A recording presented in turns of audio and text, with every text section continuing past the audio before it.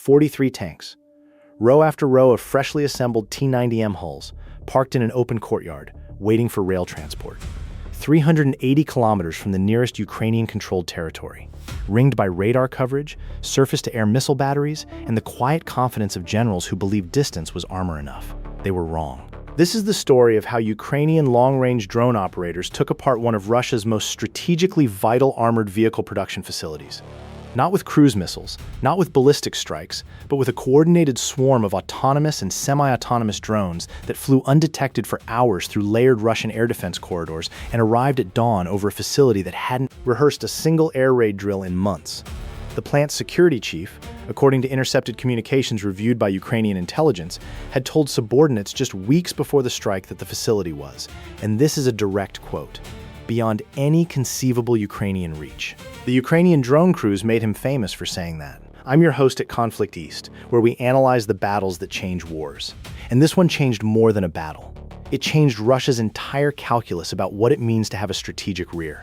It changed how defense ministers in Moscow think about dispersal. And it showed, with fire and wreckage visible on satellite imagery for weeks afterward, that Ukraine's long-range strike capacity had evolved into something Russian planners genuinely did not model. Stay with me as we go through every layer of this operation. The intelligence gathering that preceded it, the drone corridor mapping that made it possible, the execution that took less than 40 minutes from perimeter breach to catastrophic fire, and the aftermath that erased months of Russian armored production in a single morning. The numbers are staggering. The tactical lessons are permanent. Let's build the picture from the ground up. The Ural region of Russia has long been the backbone of Moscow's armored production capacity. The geography made it feel untouchable.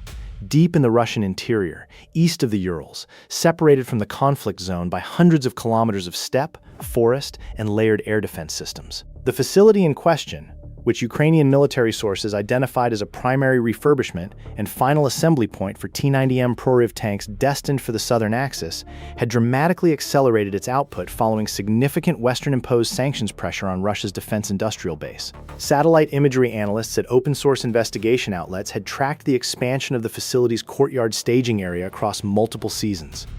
Additional rail siding installed, new overhead crane infrastructure visible, and most critically, the unmistakable thermal and visual signature of rows of armored hulls waiting for transport.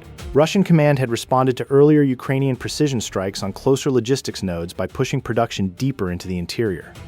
The logic was sound, given the strike capabilities Ukraine possessed at the time. The Ural-region facilities were beyond the operational envelope of Storm Shadow cruise missiles, which carry an approximate range of 550 kilometers and require aircraft within Ukrainian operational airspace for launch. They were beyond practical HIMARS range. By every Russian operational planning assumption, they were safe. Those assumptions were built on a static model of Ukrainian capability. Ukraine does not fight with a static model. The Unmanned Aerial Systems Directorate that planned this operation had been refining long-range autonomous drone doctrine across months of iterative operations.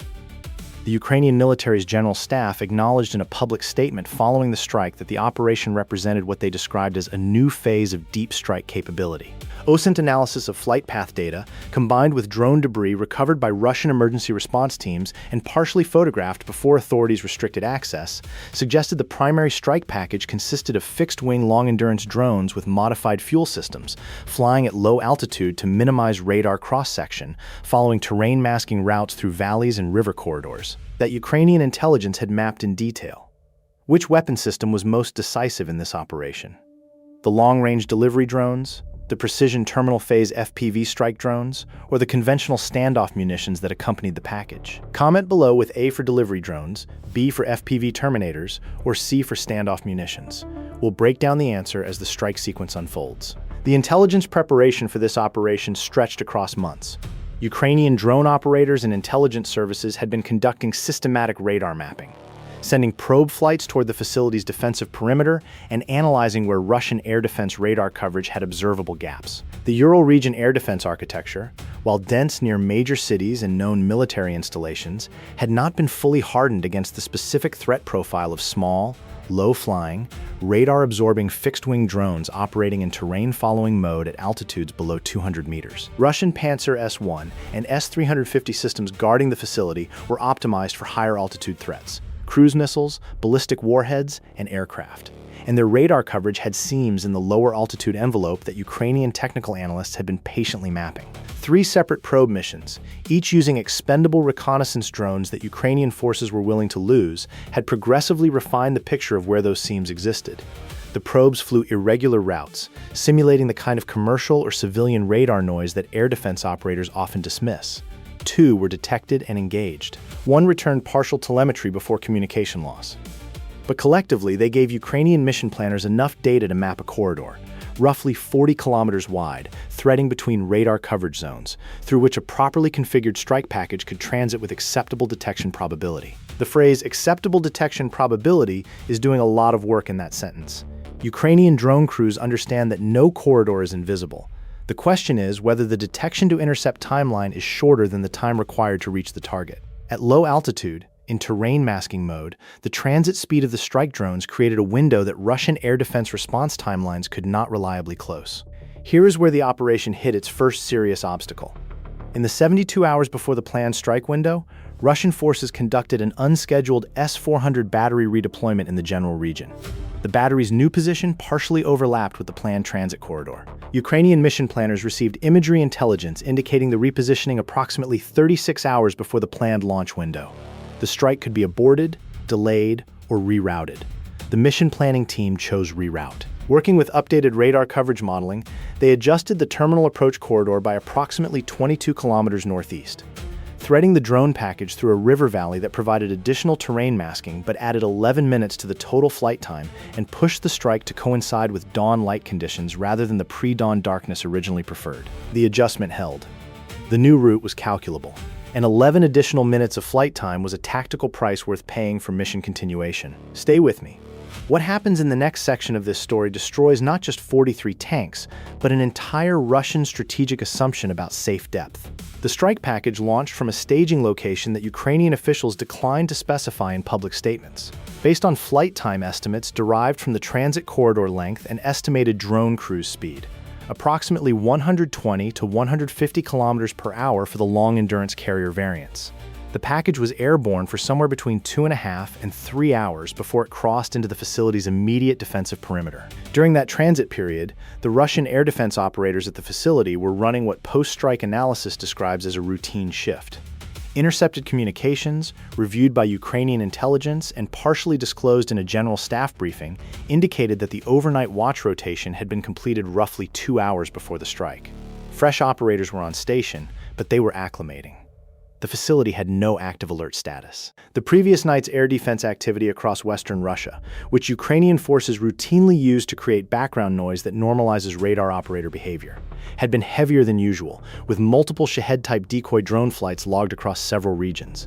Air defense operators in non-targeted areas had spent the night engaging or tracking decoys. By dawn, attention fatigue was a factor across the Russian air defense network.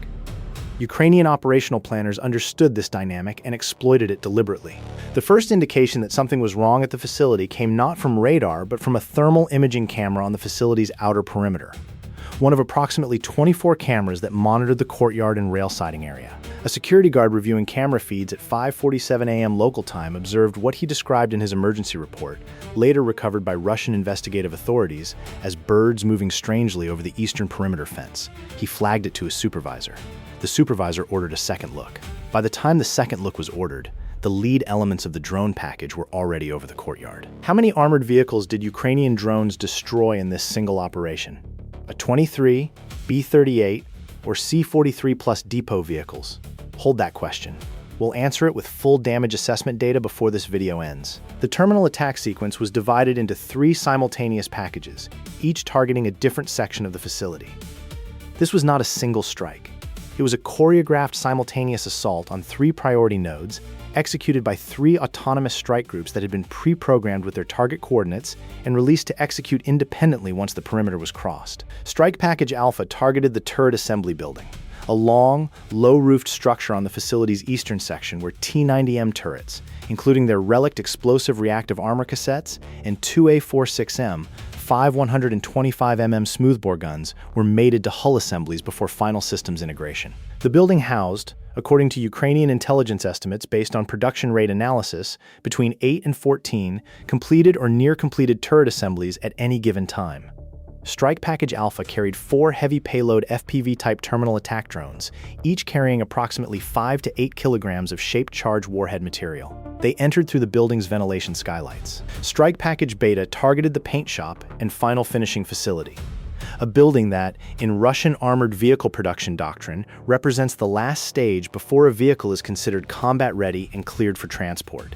Destroying vehicles at this stage of production maximizes the upstream production work destroyed per strike. A tank that reaches the paint shop has already absorbed weeks of machining, assembly, systems integration, and testing. Destroying it there erases all of that investment. Strike Package Beta deployed 3 terminal attack drones against this structure. Strike Package Gamma targeted the fuel depot adjacent to the rail siding, a cluster of above-ground storage tanks holding diesel fuel for vehicle testing and transport preparation, along with lubricants and hydraulic fluid. This target was selected not primarily for its intrinsic value, but for its secondary effects. A fuel depot fire adjacent to a rail siding creates a sustained high-temperature burn that degrades rail infrastructure, complicates emergency response, and, critically, creates a smoke column visible to satellite imagery platforms for hours afterward, giving Ukrainian intelligence real-time battle damage assessment confirmation without requiring additional reconnaissance missions. Strike Package Gamma's 2 terminal attack drones impacted the fuel depot at 5:51 a.m. Subscribe to Conflict East if you want to understand how modern warfare actually works, because what you're watching in this operation is not just a strike, it's a demonstration of a new doctrine.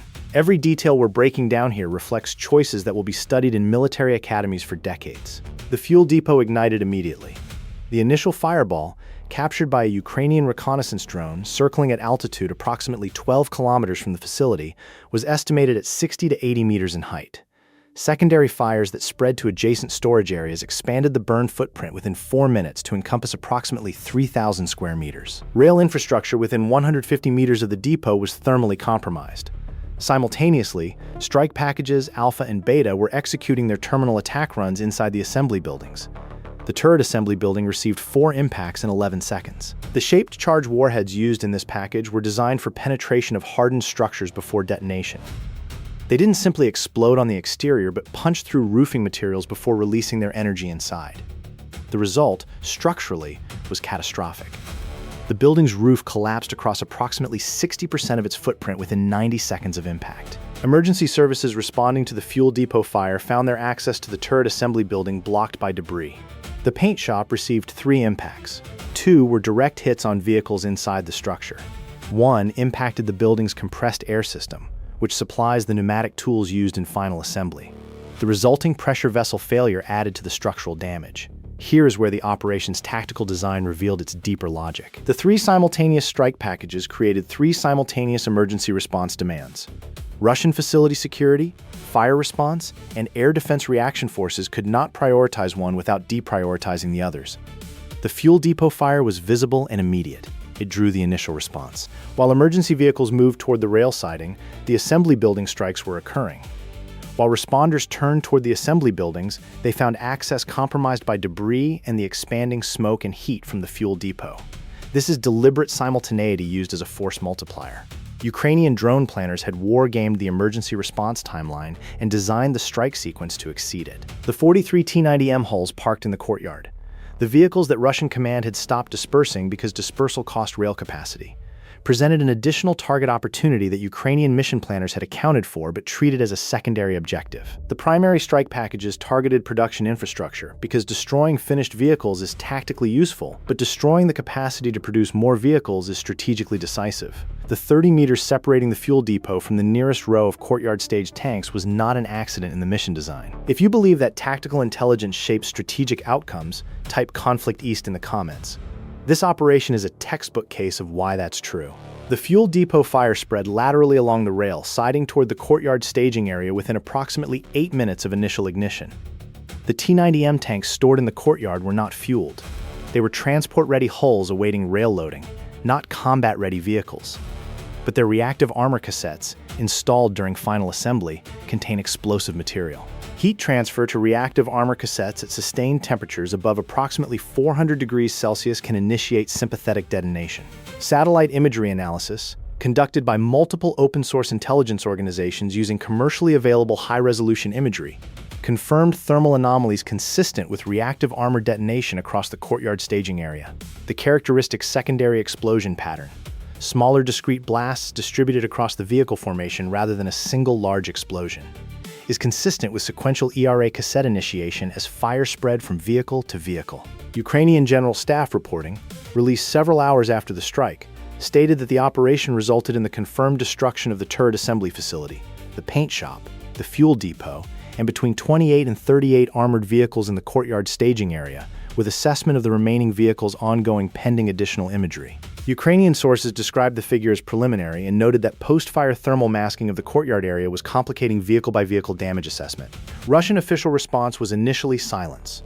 Approximately 11 hours passed before any Russian government statement acknowledged an incident at an industrial facility in the region, and even that statement avoided specifying the nature or scale of the damage. Russian Telegram channels associated with military commentary and the broader Millblogger community, however, began reporting within 2 hours of the strike, with initial posts describing an explosion at an industrial facility and subsequent posts, as imagery began circulating, using language that reflected genuine shock at the scale of visible destruction.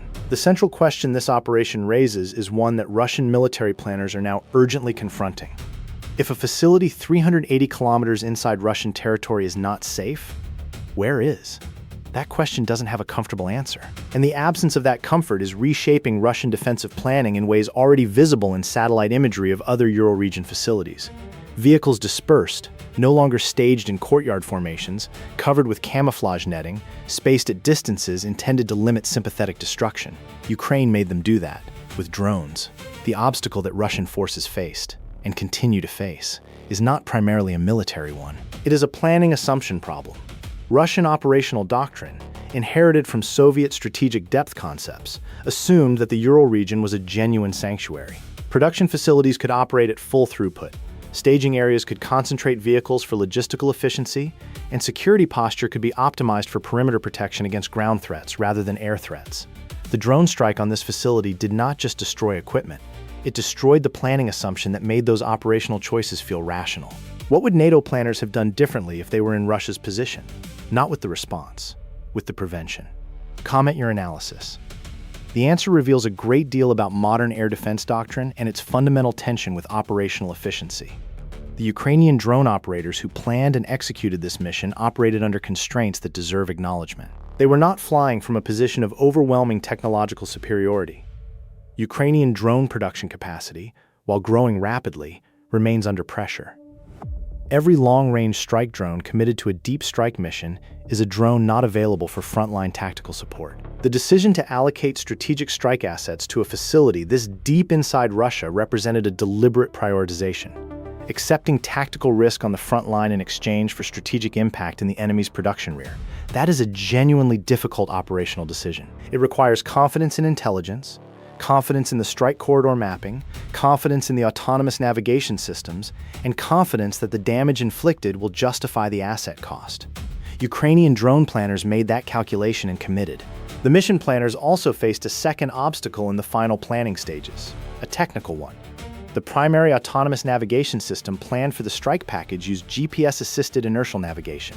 In the 72 hours before the launch window, Russian electronic warfare activity in the transit corridor region intensified, with GPS jamming signals detected that would have degraded navigation accuracy for GPS-dependent systems. Ukrainian technical teams worked through the launch window, developing updated navigation parameters using purely inertial reference with terrain correlation, matching the drone's onboard terrain sensor data against preloaded digital elevation models rather than relying on GPS signal. The adjustment required reprogramming of the strike package's navigation units and introduced additional uncertainty in terminal accuracy. The terminal accuracy was sufficient. The strikes hit their targets. The scale of production loss in this single strike is significant. Ukrainian intelligence estimates, cross-referenced with publicly available production rate data and satellite-observed facility expansion timelines, suggested the facility was producing between 8 and 12 completed T-90M vehicles per month at peak capacity. The turret assembly building destruction alone represents a production halt of between 4 and 6 months for that production line, assuming replacement of specialized assembly equipment that cannot be sourced domestically under current sanctions conditions. The destroyed courtyard staged vehicles represent between 3 and 4 months of production output. In aggregate, The strike erased approximately 7 to 10 months of T-90M production capacity. From the Southern Front's perspective, a significant degradation of armored vehicle replenishment. Russia has been absorbing approximately 8 to 12 armored vehicle losses per day across the full front line, according to Ukrainian General Staff reporting and cross-referenced OSINT vehicle loss tracking.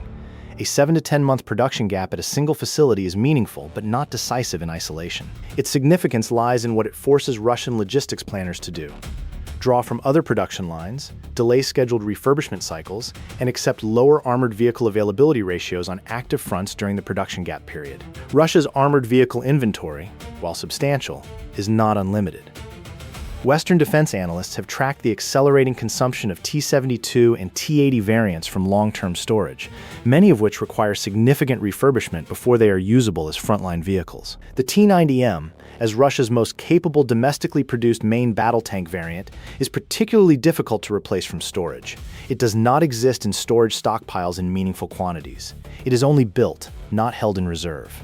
Every T-90M destroyed in the Courtyard is permanently subtracted from Russian combat power.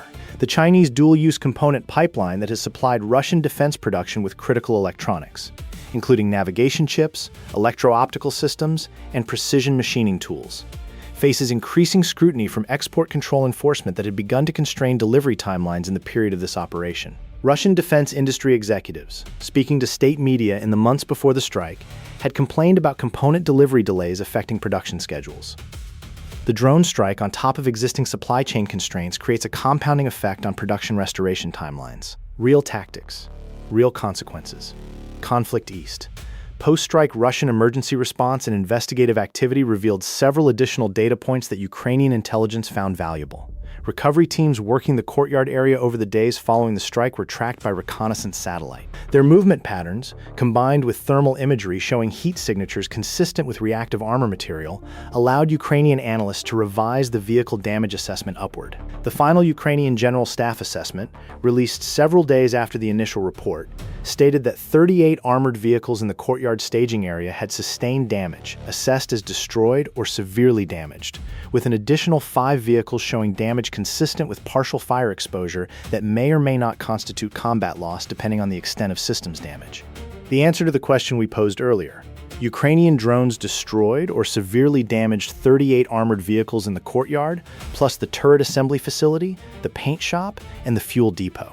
The answer is B-38 vehicles assessed as destroyed or severely damaged in the Courtyard staging area, plus the production infrastructure that will take months to replace. The intercepted communications that Ukrainian intelligence monitored in the immediate aftermath of the strike provide a window into Russian command reaction. Fragments of these communications, partially disclosed in Ukrainian intelligence briefings, described facility management personnel making urgent calls to Moscow contacts seeking guidance on reporting protocols. One fragment, described by Ukrainian officials as authentic and verified through signals intelligence cross-referencing, quoted a facility manager asking whether the Courtyard losses should be reported as combat losses or industrial accidents for accounting purposes. The question itself reveals the institutional reaction.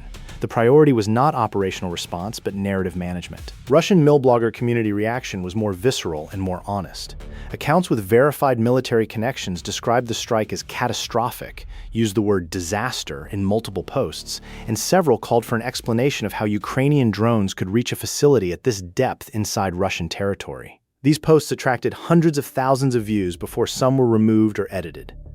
The public reaction in Russia, filtered through Telegram channels that operate with greater freedom than state broadcast media, reflected genuine alarm at the implication that the Russian interior is not the sanctuary Russian citizens had been assured it was. That psychological dimension of deep strike operations is not incidental.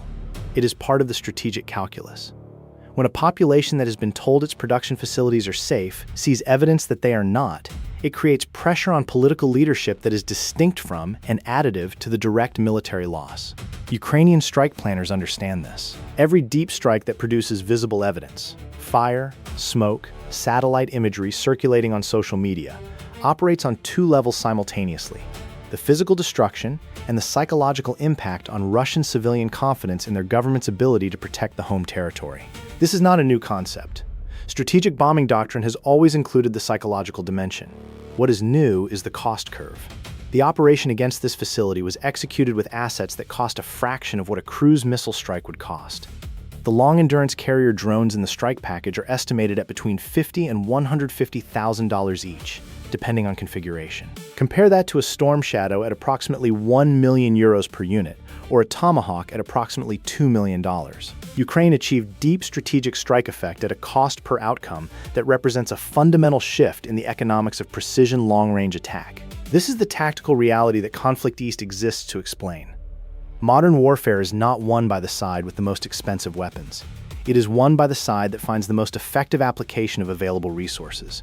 Ukraine, constrained by production capacity and allied resupply limitations, has systematically innovated toward higher effectiveness per dollar expended. The drone operation against this facility is a case study in that innovation. Patient intelligence preparation, creative corridor mapping, simultaneous multi-axis execution, and target selection optimized for maximum upstream production impact. Russian forces have not been able to replicate this approach. Russian drone doctrine, while evolving, remains predominantly focused on Shahed pattern saturation attacks against Ukrainian infrastructure, an approach that requires vast quantities of relatively low-cost platforms to achieve area effect rather than precision production node destruction. The doctrinal asymmetry between how each side employs unmanned aerial systems reflects deeper organizational differences. Ukrainian drone development is driven by decentralized innovation, with production units developing and testing modifications in close coordination with frontline operators. Russian development remains more centralized, slower to incorporate field feedback, and more dependent on Iranian and Chinese component pipelines that are increasingly constrained. The innovation gap is measurable in operational outcomes. Ukrainian drones hit a specific building in a specific facility 380 kilometers inside Russia with sufficient precision to achieve roof penetration before detonation. Russian Shaheds, in their standard operational profile, target large infrastructure nodes, power generation facilities, substations, rail hubs, where area effect is sufficient. The precision gap between these two approaches represents months or years of development trajectory. Will Russia close that gap? It is working to. Russian defense industry investment in drone development has increased significantly following Ukrainian demonstrations of long-range precision strike capability. But closing a doctrine and innovation gap is not a procurement problem. It cannot be solved by ordering more units. It requires the institutional culture of rapid iteration, field feedback integration, and decentralized experimentation that Ukrainian forces have developed under combat pressure. Russian organizational culture, hierarchical and risk-averse, has structural disadvantages in building that kind of innovation environment. What this operation taught both sides is a lesson about the geography of modern warfare. There is no safe, deep rear when the adversary has patient intelligence preparation, creative flight corridor mapping, and the willingness to accept asset risk for strategic gain. Russia built its production strategy on the assumption of sanctuary. Ukraine, with far fewer resources, dismantled that assumption with drones that cost a fraction of what the vehicles they destroyed were worth. The T-90M tanks in that courtyard represented approximately 850 million rubles each at Russian defense procurement prices, roughly $9 to $10 million per vehicle at pre-sanctions exchange rates, though actual production costs under sanctions conditions are estimated significantly higher due to component substitution costs. 38 vehicles represent somewhere between $300 and $400 million in immediate material loss at those figures, plus the production infrastructure value, plus the revenue cost of the production halt. Against that, Ukraine committed assets valued in the single-digit millions. That is the arithmetic of the new warfare, and it is why production dispersal, hardened storage, and layered local air defense have become urgent Russian priorities in the months following this operation. Visible in commercial satellite imagery as newly dispersed vehicle storage patterns, newly installed overhead camouflage netting, and newly repositioned point defense systems at facilities that previously had only perimeter security. Ukraine made them do all of that with one strike package in one morning. Now for our tactical quiz answer in full. The question was, how many vehicles did Ukraine destroy? We offered 3 options: 23, 38, or 50. The correct answer is B, 38 armored vehicles assessed as destroyed or severely damaged in the Courtyard staging area. The number 43 appears in this story as the initial Courtyard inventory count, the total number of T-90M hulls staged for rail transport before the strike. Of those 43, Ukrainian assessment determined that 5 showed damage insufficient to constitute destruction, whether from distance from the fuel depot fire or from shadow protection by other burning vehicles. 38 were assessed as combat losses, plus the turret assembly facility, which housed between 8 and 14 additional completed or near-completed turret assemblies, plus the paint shop, with between 6 and 10 vehicles in final finishing stage. The total production destruction, counting vehicles in all 3 locations, approaches or exceeds the 50-vehicle figure in option C, but the Courtyard count alone is 38, which is option B. 3 questions that this operation leaves open. Was concentrating 43 vehicles in open Courtyard storage, optimizing for rail loading efficiency the right decision given the evolving Ukrainian long-range strike threat? The Russians chose logistical efficiency over dispersal-based survivability. Given what they knew about Ukrainian capability at the time, was that a reasonable operational choice or a failure of threat assessment? Could Russian air defense have prevented this strike with the assets available? The Pantsir S-1 and S-350 systems defending the facility were present and not fully effective against the specific threat profile. Is the failure a technology failure, a doctrine failure, a training failure, or a combinations problem that no single system upgrade resolves? And what would you have done differently? As the Ukrainian mission planner weighing the rerouted corridor against the delay and the dawn light exposure, or as the Russian facility commander hearing for the first time that Ukrainian drones could reach his courtyard? Comment your analysis below. The Ural-region facilities are quieter now than they were before that morning. The rows of parked tanks are gone, not because they were shipped to the front, but because Russian managers learned that open staging is a targeting solution. The rail sidings are still there. The camouflage nets are new. The air defense radar trucks are more numerous. And somewhere in a Ukrainian operations center, analysts are already reviewing the updated radar signatures, mapping the new coverage patterns, and building the picture for what comes next. Subscribe to Conflict East, because we break down the battles that textbooks will study for decades. The Courtyard is quiet now. The wrecks have been removed, the debris cleared, the investigation concluded. But the production gap remains. The planning assumptions remain broken. And the lesson that distance is not protection. That the Russian interior is not a sanctuary. That Ukrainian reach is not fixed. That every open staging area is a potential target solution. That lesson does not get cleared away with the wreckage. Modern warfare punishes tactical complacency without mercy. Stay vigilant. For the strategic picture of how Ukrainian long-range capability has evolved across the full-scale phase of this conflict, the development path from Bayraktar operations to naval drone raids to deep interior strikes, that breakdown is already on the Conflict East channel. The thread connects directly to what you just watched. Real tactics, real consequences. Conflict East.